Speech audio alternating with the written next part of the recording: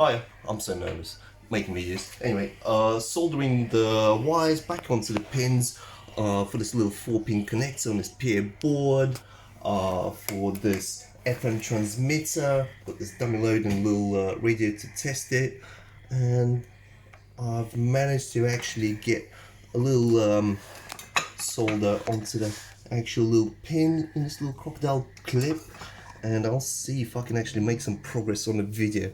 It's kind of taking a while trying to get a little blob of solder on there on that little pin. So now if I can just put that in the right place and solder it in, come on crocodile clip, stay.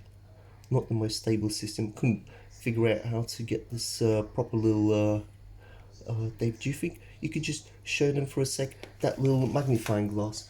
You see, just couldn't figure it out how to attach the crocodile clips onto that.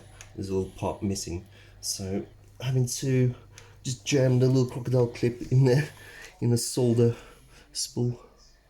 Come on. Not quite.